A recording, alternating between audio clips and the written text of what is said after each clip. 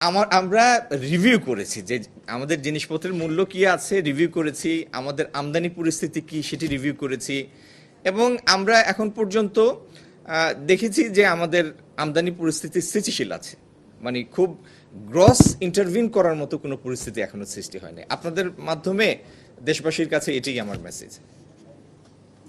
আমাদের কাছে সয়াবিন সম্পর্কে যে তথ্যটা আছে, যে বোতলজাত সয়াবিন তেল, যেটি বোতলজাত মানে হলো বোতলের গায়ে তো মূল্য তালিকা নির্দেশিত থাকে, তো বোতল বিক্রি করলে মূল্যের হেরফের ঘটানোর কোনো সুযোগ নাই।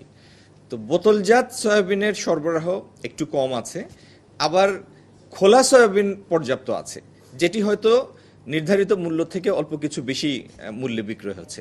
তো এই ব্যাপারটি আমরা নজরে রেখেছি এবং এই বিষয়ে আমরা যথাযথ পদক্ষেপ নেব। এটা খুবই ইম্পর্ট্যান্ট যে আমরা যেন স্পেকুলেশন দ্বারা মূল্যস্ফীতি না ঘটাই।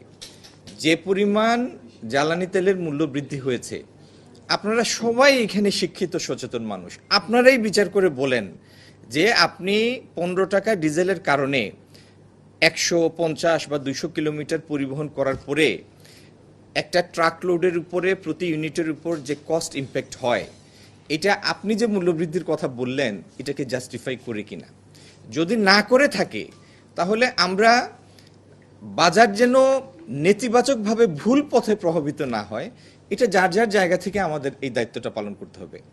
আপনারাও আপনাদের জায়গা থেকে, আমরাও সরকার হিসাবে, অভিভাবক হিসাবে, ফ্যাসিলিটেটর, রেগুলেটর হিসাবে আমরাও আমাদের যে সমস্ত টুলস আছে সেগুলি প্রপারলি অ্যাপ্লাই করব এবং ইনশাল্লাহ বাজার স্থিতিশীল রাখার জন্য আমাদের দায়িত্ব আমরা পালন করব।